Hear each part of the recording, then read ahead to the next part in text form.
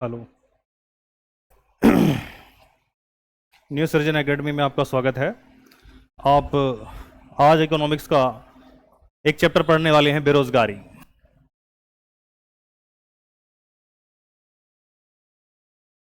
बेरोजगारी इसे कहते हैं अनएम्प्लॉयमेंट।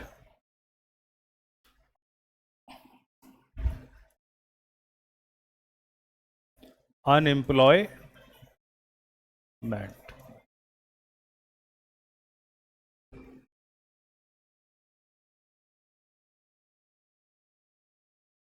अनएम्प्लॉयमेंट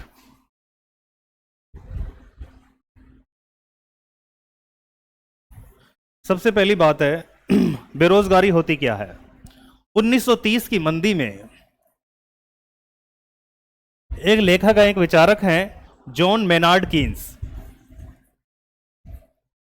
जॉन मेनार्ड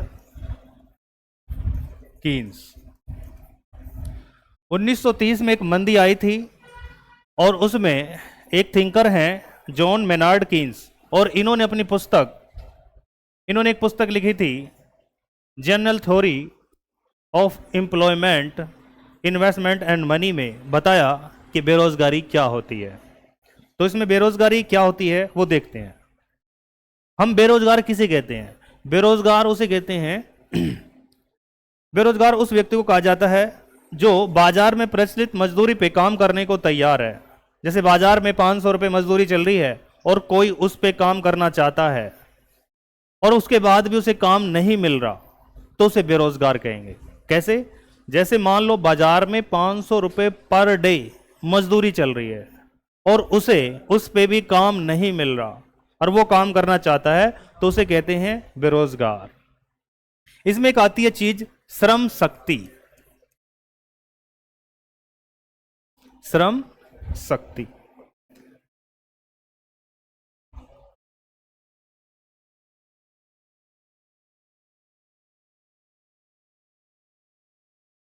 बाजार कीमतों पर काम ना मिलना,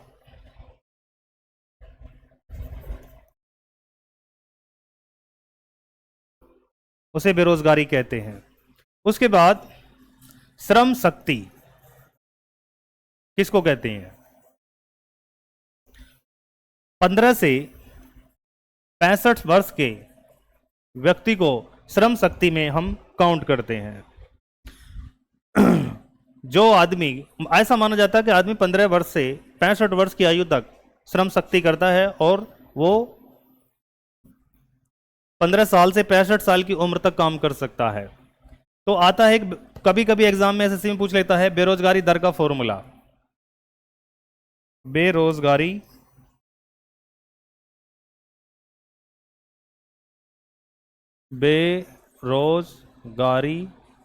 की दर।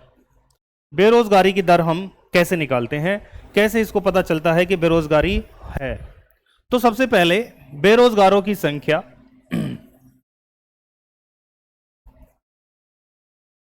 बेरोजगारों की संख्या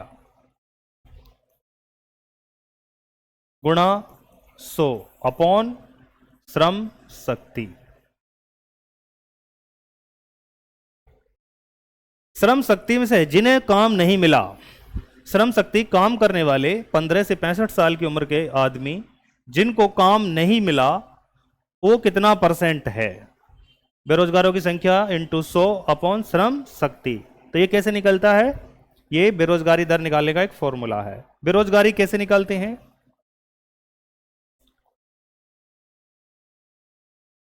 बेरोजगारी बराबर क्या होता है? श्रम शक्ति में से जितने भी काम करने वाले हैं, श्रम शक्ति, अगर श्रम शक्ति होते हैं जितने काम करने वाले हैं और उसमें रोजगार में लगे लोगों को हटा दें, रोजगार में लगे लोग अगर इनको हटा दें, श्रम काम करने वालों में से, ये टोटल क्या है? काम करना चाहते हैं, ये काम में लगे हैं, जिन्हें काम नहीं मिला, कुल में से रोजगार वालों को हटा देंगे तो बेरोजगार आदमी बचेंगे, तो इसे कहते हैं, इसे निकालते हैं बेरोजगारी की, ये बेरोजगारों की संख्या ऐसे निकाली जाती है। अब इससे आगे चलते हैं। बेरोजगारी के प्रकार। बेरोजगारी के प्रकार, टाइप्स ऑफ अनएम्प्लॉयमेंट, बेरोजगारी के प्रकार। एक एक बेरोजगारी तो विकसित देशों में होती है,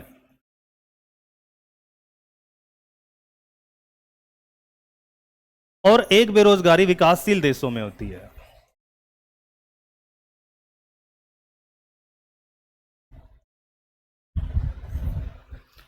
विकसित देश होते हैं डेवलप्ड कंट्री, विकसित देश होते हैं डेवलप्ड कंट्री। जैसे ये कौन कौन है? जैसे अमेरिका हो गया, फ्रांस हो गया, ब्रिटेन हो गया, जर्मन हो गया, बहुत सारे ऐसे देश हैं जो विकसित हैं। ये क्या है? जर्मन। और विकासशील देश किसको माना जाता है? जैसे भारत हो गया, पाकिस्तान हो गया, इन देशों को क्या माना जाता है? ये विकासशील देश हैं। इसमें जो बेरोजगारी पाई जाती है विकसित देशों में, सबसे पहली बेरोजगारी पाई जाती है इसमें चक्रीय बेरोजगारी। चक्रीय बेरोजगारी।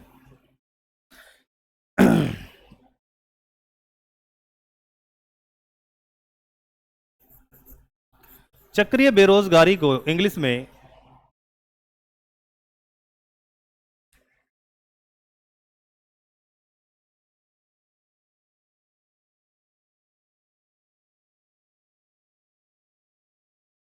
Cyclic unemployment, cyclic cyclic unemployment.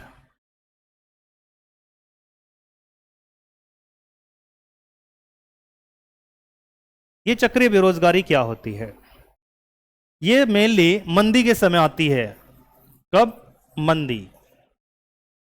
विकसित देशों में जब मंदी आती है तो ये बेरोजगारी देखने को मिलती है। जब मांग में कमी हो जाती है, कभी कभी ऐसा होता है कि विकसित देशों में जरूरत चीजों की 10 बनाने की है और उन्होंने 20 बना के रखी हुई है और उनकी मांग नहीं है, मंदी आ गई है, मांग ना बढ़ने की वजह से, मांग में कमी की वजह से ये बेरोजगारी आती है, साइक्लिक बेरोजगारी, चक्रीय बेरोजगारी। अगर मांग बढ़ जाएगी तो ये बेरोजगारी खत्म हो जाएगी। तो ये मंदी के समय विकसित देशों में बेरोजगारी देखने को मिलती है।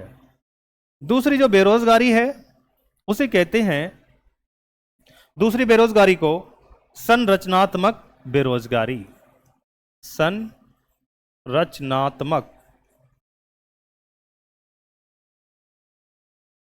बेरोजगारी।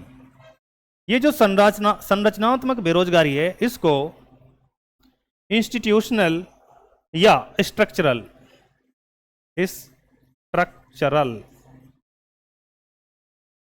अनएम्प्लॉयमेंट या इंस्टीट्यूशनल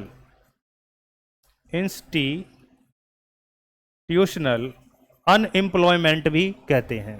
ये कब आती है? इसमें जो है देश की संरचना ही खराब हो जाती है। कैसे? जब हमें योग्य व्यक्तियों की जरूरत हो किसी काम को कराने के लिए और योग्य व्यक्ति ना मिले, हमें किसी काम को कराने के लिए योग्य व्यक्तियों की जरूरत है और योग्य व्यक्ति ना मिले, तो इस बेरोजगारी को संरचनात्मक बेरोजगारी कहते हैं। ये कैसी बेरोजगारी हो जाएगी? संरचनात्मक बेरोजगारी हो जाएगी।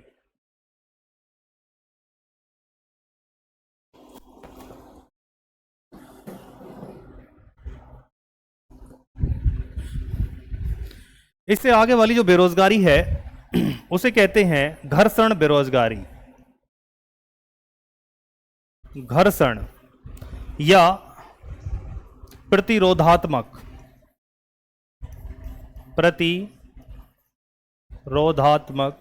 बेरोजगारी, फ्रिक्शन अनएम्प्लॉयमेंट। फ्रिक्शन। घर्षण क्या होता है? जैसे हम चलते हैं घर्षण से, गाड़ी क्या चलती है घर्षण से, फिजिक्स की है। लेकिन यहां घर्षण का मतलब क्या है इकोनॉमिक्स में? फ्रिक्शन। जब कोई व्यक्ति चाहता है कि वो कम सैलरी पे काम ना करे, वो ज़्यादा सैलरी पे काम करना चाहता है। मान लो कोई आदमी 10,000 पे काम कर रहा है और वो अब 15,000 पे काम करना चाहता है, तो जब से 10,000 अब वो चाहता है 15,000 की सैलरी पाना। जब तक उसे 15,000 की नौकरी नहीं मिलती, जो इसके बीच का समय है उसे ही कहते हैं घर्षणात्मक बेरोजगारी। इससे आगे है तकनीकी बेरोजगारी। तकनीकी बेरोजगारी। तकनीकी बेरोजगारी किसे कहते हैं? Technical unemployment. Technical unemployment. Technical unemployment जो होता है,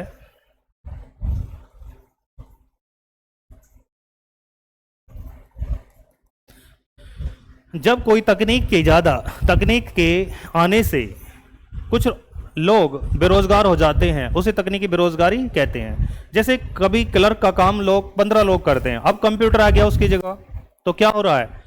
कंप्यूटर के आने से 15 लोग बेरोजगार हो गए हैं, तो उसे क्या कहते हैं? तकनीकी बेरोजगारी। जैसे गेहूं काटने की मशीनें आ गई हैं, तो वहाँ क्या है? पहले जो गेहूं के काटने का काम मजदूर करते थे, अब क्या है? मशीनें कर रही हैं। धान काटने का काम पहले कौन करता था? मजदूर करते थे, अब कौन कर रहा है? अब जो काम कर रहे हैं वो मशीनें कर रही हैं। तो इस तरीके की जो बेरोजगारी फैलती है उसे तकनीकी बेरोजगारी कहते हैं। अब चलते हैं दूसरा, विकासशील देशों में कैसी बेरोजगारी होती है?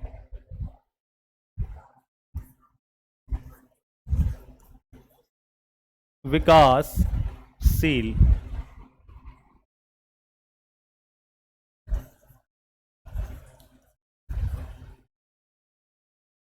डेवलपिंग कंट्री, विकासशील देशों में बेरोजगारी। इसमें जो है दो तरीके की बेरोजगारी देखने को मिलती है। एक तो मिलती है शहरी क्षेत्र में देखने को, शहरी क्षेत्र में, और दूसरी बेरोजगारी देखने को मिलती है इसमें ग्रामीण क्षेत्र में। ग्रामीण क्षेत्र में, शहरी क्षेत्र में भारत के अंदर दो तरीके की बेरोजगारी हमें देखने को मिलेगी या विकासशील देशों में। पहली जो बेरोजगारी है वो है संगठित बेरोजगारी। संगठित बेरोजगारी। संगठित बेरोजगारी किसको कहते हैं? ये बेरोजगारी मुख्य रूप से उद्योगों में आती है। मान लो कोई उद्योग अच्छा चल रहा है, लेकिन कभी कभी मंदी आने की वजह से कुछ लोगों की छटनी करनी पड़ जाती है, और जब उन मजदूरों को छटनी करते हैं उद्योगों से, तो उस बेरोजगार ऐसे व्यक्ति को संगठित बेरोजगारी में काउंट किया जाता है कि ये जिस फैक्ट्री में मान लो 2 लाख काम कर रहे हों और वहां से 50,000 हटा दिए हों, तो वो 50,000 क्या होगा? संगठित बेरोजगारी के अंतर्गत आएगा। ये मेनली उद्योगों में होती है। दूसरी जो शहरों में बेरोजगारी आती है, शिक्षित बेरोजगारी। शिक्षित बेरोजगारी। भारत की शिक्षा व्यवस्था में कमर्शियल शिक्षा की कमी है, जिससे लोग शिक्षित बेरोजगार हो रहे हैं, और ये शिक्षित बेरोजगारों की संख्या सबसे ज्यादा है केरल में है। ये क्वेश्चन भी पूछा जाता है एसएससी में कि शिक्षित बेरोजगारी भारत के किस राज्य में सबसे ज्यादा है, तो शिक्षित बेरोजगारी केरल में सबसे ज्यादा है। ग्रामीण क्षेत्रों में भी दो तरीके की बेरोजगारी देखने को मिलती है। पहली मौसमी बेरोजगारी। मौसमी बेरोजगारी, सीजनल अनएम्प्लॉयमेंट। सीजनल अनएम्प्लॉयमेंट ऐसा होता है, ये मेनली किस में पाई जाती है? कृषि में। ये बेरोजगारी किस में पाई जाती है? कृषि में। कैसे? जब कृषि की बुवाई आती है और कटाई होती है। इन दोनों टाइम पे तो जब बुआई और कटाई होती है तो ग्रामीण क्षेत्रों में रोजगार मिलता है, बीच के टाइम में रोजगार नहीं मिलता, उसे ही कहते हैं मौसमी बेरोजगारी। इससे आगे जो आज चलते हैं उसमें बेरोजगारी आती है प्रच्छन्न बेरोजगारी। प्रच्छन्न बेरोजगारी या इसे अदृश्य या छिपी बेरोजगारी भी कहते हैं। इसे प्रच्छन्न बेरोजगारी, अदृश्य बेरोजगारी या छिपी बेरोजगारी भी कहते हैं। यह भी मेनली किस में पाई जाती है? कृषि क्षेत्र में। इसे क्या कहते हैं? प्रच्छन्न बेरोजगारी, जहां किसी भी खेत में काम करने के लिए 5 आदमी की जरूरत है या 1 आदमी की जरूरत है और वहां 10 लग रहे हैं या 20 लग रहे हैं, उसे कहते हैं छिपी बेरोजगारी। मतलब जहां जितने व्यक्तियों की आवश्यकता है उससे कहीं ज्यादा अगर हमारे लगे हुए हैं, मजदूर लगे हैं या किसान लगे हैं, तो उस मजदूर उसे बेरोजगारी को प्रच्छन्न बेरोजगारी कहते हैं। जहां जरूरत 5 की है वहां 10 लगे हैं, उस बेरोजगारी को प्रच्छन्न बेरोजगारी कहते हैं। आवश्यकता कम है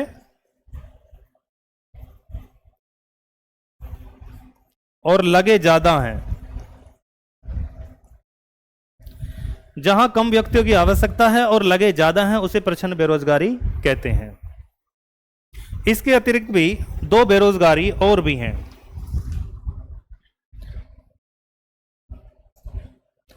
अन्य बेरोजगारी, अदर अनएम्प्लॉयमेंट, अन्य बेरोजगारी।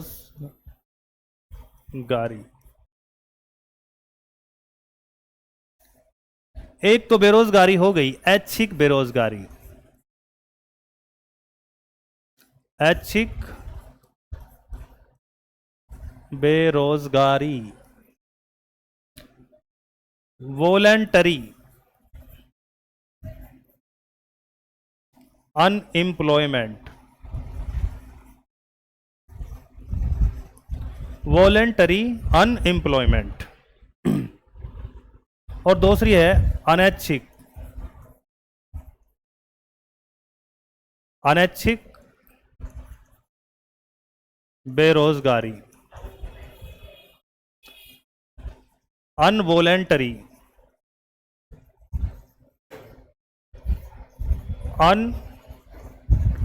अनएम्प्लॉयमेंट। मेनली ये जो बेरोजगारी है, ये बेरोजगारी कहां पर पाई जाती है? ये विकसित देशों में पाई जाती है। इसका मतलब क्या है? अगर कोई व्यक्ति अगर 500 रुपये मजदूरी चल रही है और वो इस पे काम नहीं कर रहा, किसी इस टाइम मजदूरी 500 रुपये पर डे चल रही है और वो चाहता है कि मैं तो 700 रुपये में करूंगा, इस पे नहीं करूंगा, मैं 500 पे ना करके 700 रुपये पे कम करूंगा। प्रचलित मजदूरी से जब कोई अधिक की डिमांड करता है, जितनी मजदूरी है उससे कोई ज्यादा की डिमांड करता है, उसे कहते हैं ऐच्छिक मजदूरी। और ये कहां पाई जाती है? विकसित देशों में। विकसित देशों में, डेवलप कंट्री में यह मजदूरी पाई जाती है। अनैच्छिक बेरोजगारी क्या होती है?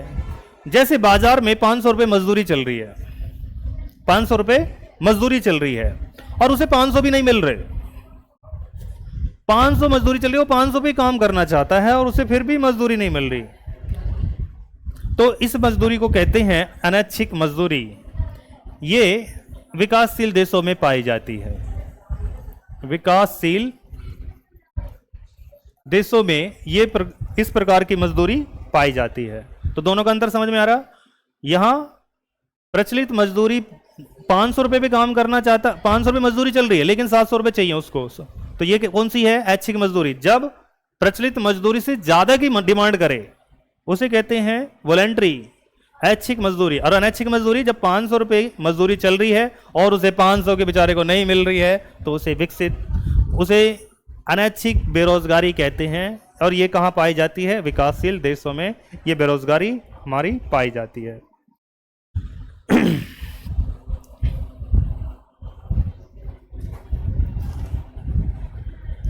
बेरोजगारी के जो आंकड़े हैं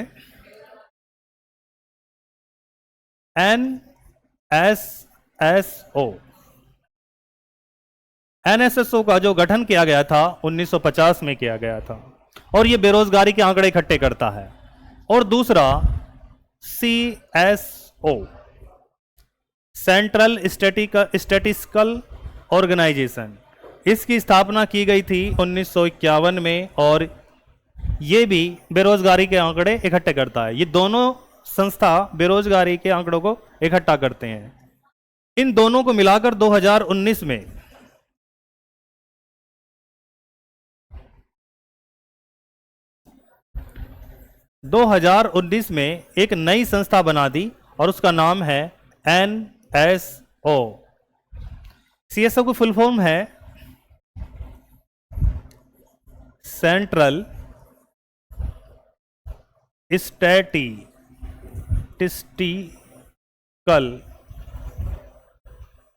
organisation.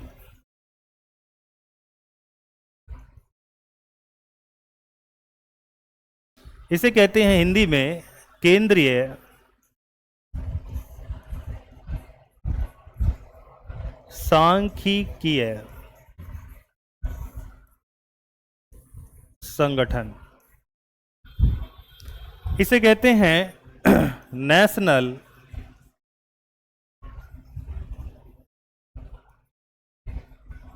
Sample statical national statistical organisation, राष्ट्रीय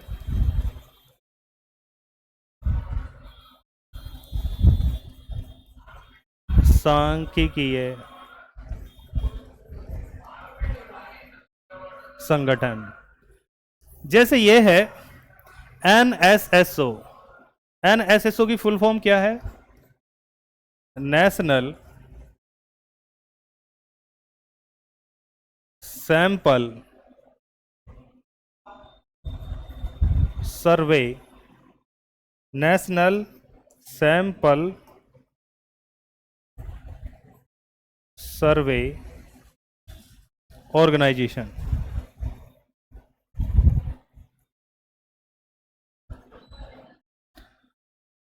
राष्ट्रीय प्रतिदर्श, कुछ ऐसे ही करके इसका नाम है पूरा। और इसका जो मुख्यालय बनाया है अब कहां पे है? दिल्ली में। ये जो बनाया गया था, ये जो संगठन बनाया गया NSSO, ये रंगराजन